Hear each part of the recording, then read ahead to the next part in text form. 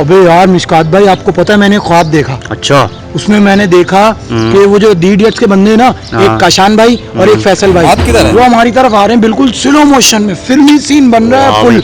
अच्छा, अब हमारे पास आके हमें कहते हैं और इबाद और मिशकात क्या हाल है भाई हमारे के ख्वाब में ना चिचड़े ही आते हैं। अबे पूरी बात तो सुन ले। सुन तो रहा हूँ मैं। कि अबे द इडियट्स। अबे वही तो कह रहा हूँ, द इडियट, वही तो द इडियट। पीछे देख। अबे तो क्या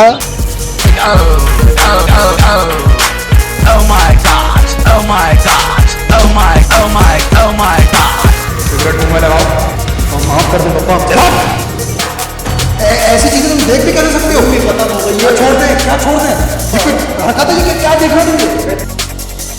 और वही बात मिशकात, कैसे हो? हाँ, कभी आओ हवेली पर चक्कर लगाओ।